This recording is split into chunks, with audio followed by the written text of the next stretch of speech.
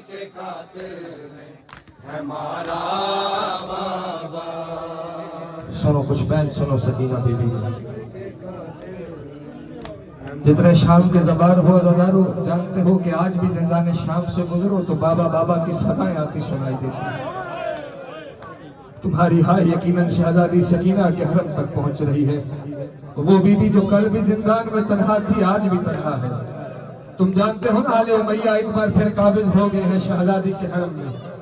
अब सुनो बीबी की तन्हाई थी जिंदान शाम शुब 12 सफर, तुम्हारा मेरा कैदी इमाम कड़ियों वाले हाथों पे बहन के पास बाबा का सर लेके आया है। सुनो शहजादी ने सीने से लगा के जो बयान किया है, बाबा